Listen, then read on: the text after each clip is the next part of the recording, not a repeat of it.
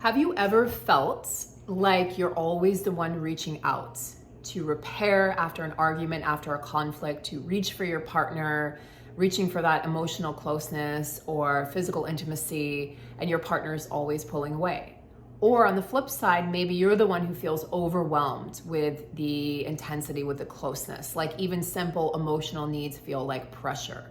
That's the anxious avoidant trap that I'm going to talk about today. Hi, I'm Sarah. I'm a mindset mastery coach, transformational hypnotherapist, and attachment style specialist. And today I'm taking you inside the emotional world of both the anxious and the avoidant partners and what this dynamic can look like inside the context and confines and parameters of a romantic and intimate relationship, and what's really going on in particular during conflict. So stay tuned to the end so that you can get a deep understanding, because this is the most common pairing of insecure attachment styles, anxious and avoidant. And it doesn't matter if it's the man or the woman. Women can be avoidant, men can be anxious, and oftentimes actually that is the case. If you'd like to work with me one-on-one, please book a free discovery call. The link is below. And stay tuned, guys, because this summer, actually next month, or end of June or July, I have an online course coming up where you can do it at the comfort of your own home, as well as a live version of that course. We will meet live, and we will meet for, I don't know, I think it's going to be 6 times, 6 calls, and there'll be a community, a private community for support, and it's going to be incredible. One of my favorite things to do is work in groups, so stay tuned for that. It's all about healing and moving forward, which is totally possible, by the way. So let's break this down really simply for you, because I like things to be simple, don't you? Okay, anxious attachment. Now this is, again, just like a very quick couple sentences on each attachment style. There's a lot more to dive into besides this. This is kind of on the surface. So anxious attachers out there, my folks, my anxious attachers crave closeness. They crave reassurance from their partner. They tend to be codependent in nature. They seek out emotionally unavailable partners. They're also emotionally unavailable, but don't realize it. When they feel distance or connection, even if they just see a hint of it in your voice, in your intonation, in the way in which you left the room, it can feel like danger to their very sensitive nervous systems, and they will get triggered. They will often be the ones pursuing emotionally, physically, through texting, or even apologizing just to keep the connection and the spark alive. Now, on the flip side, my avoidant partners out there, and I don't want to lump dismissive and fearful avoidant into one group, so this is really dismissive avoidant attachments. These individuals really value their independence, they value their time alone, and they often feel very overwhelmed when things get too emotionally intense or close. Closeness intimidates their nervous system. It makes them feel incredibly vulnerable, and they will clam up, and that's when they will go into defense mode. So when conflict arises, their nervous system says retreat, protect, and disconnect, even at the expense and health of the relationship, okay? So the trouble, as you can see, as you can already see just talking about this, these two styles will often attract each other very intensely, like a moth to a flame, because each one has what the other one lacks. But that attraction can quickly turn into like an emotional whiplash or a bad car wreck, that you, oh my God, those cars are on fire, but you can't take your eyes away from it. And it's repetitive cycles of pain and conflict that never actually get repaired. And both people are left feeling unseen, unheard, unloved, undesired. And ultimately it leads to a complete breakdown of the relationship. And if there's a marriage, it will lead to divorce, inevitably, because you cannot continue with this pattern and with this cycle. It's just so incredibly painful. So let's talk about the conflict scene. Let's talk about what's happening when both partners have gotten triggered, okay? And I'm gonna do a little internal dialogue here. I've got some notes that I'm referencing here. So let's say this couple, and you're anxious or you're avoidant, you and your ex-partner or current partner just had a really tense moment, okay? It was about whatever it was about. You can probably think back to something, a memory. So maybe a disagreement about communication, because that often comes up in this dynamic and in this pairing. Or one partner didn't respond for several hours, or it was very vague about where they were, or whatever. So the anxious partner, this is your internal monologue in that situation. Why aren't they just responding? I've reached out several times, I've called them, why aren't they answering? Pacing the room. scratching your head, feeling your heart race, right? Feeling the anxiety levels rise. Did I do something wrong? Are they mad at me? Maybe they're breaking up with me. Maybe they're breaking up with me. Maybe they're just done. I just want to talk. God, I hate this silence. I can't stand this silence. I have to know what's going on. I need to fix this now. I'm just going to call. I'm going to call them again. God, maybe I said too much earlier. I just want to know that we're okay. And so on and so forth. And so you're going to send several texts in a row. You're going to call several times, maybe leave several voicemails, and you're going to be scanning your phone for read receipts to see if they've read it. Are they ignoring you? What's going on? Anxiety rising. You go into like detective mode here. You may start to call friends, like, are they with you? To see if they were really where they said they were. An anxious partner is looking, has a betrayal wound. They're looking like, have you betrayed me? Are you leaving? An anxious partner grew up in an environment, a home environment, where sometimes it was intermittent reinforcement of love and affection. Sometimes they were coddled and loved, and other times they were totally ignored. So when this happens, when there's a perceived rift or rupture, they will take it to the extreme, and it can be very dramatic for their nervous system.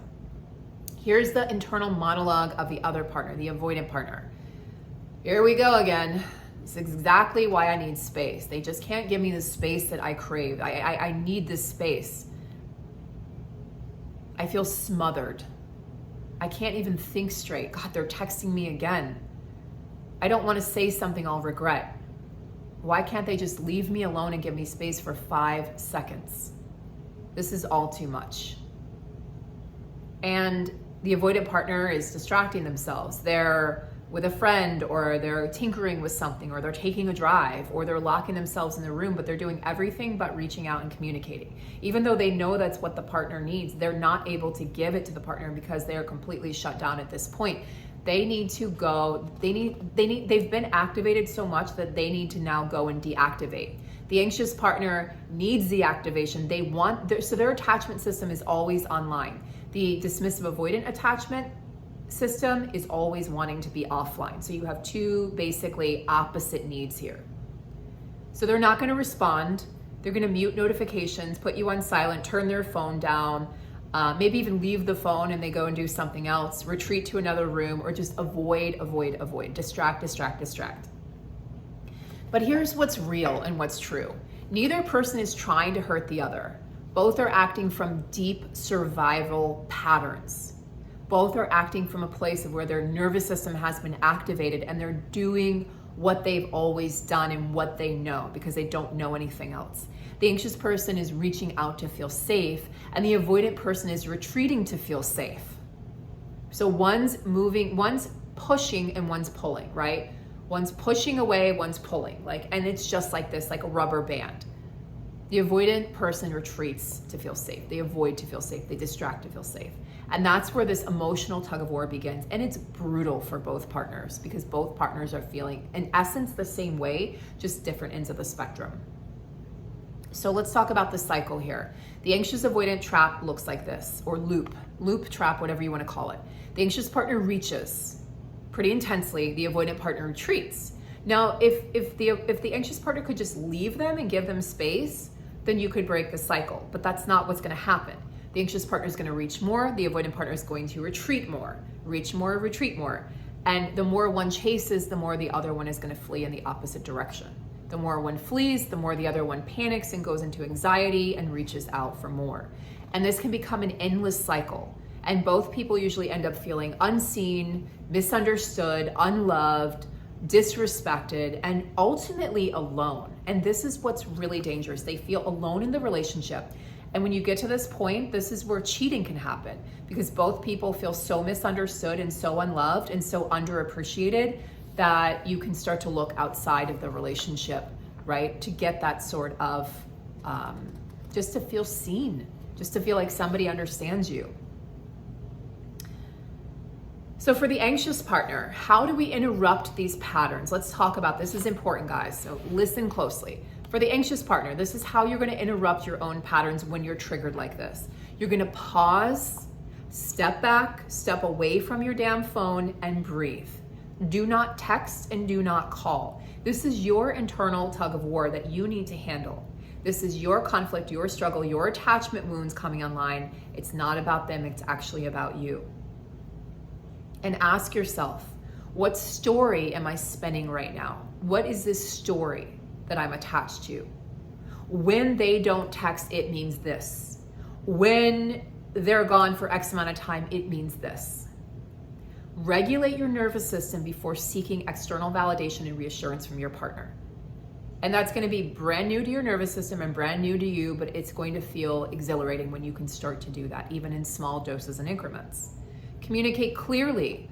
I'm feeling anxious and need to know that we're okay. Can we please talk when you are ready? You're giving them the space and the respect that they're asking for, even if it's silently, because it is a silent request for space a lot of the time with the dismissive avoidant partner.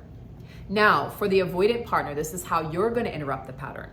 Acknowledge the urge to retreat, but respond anyway. This is big for the DA. Acknowledge the need. Okay, my nervous system wants to retreat and hide, but I'm going to respond.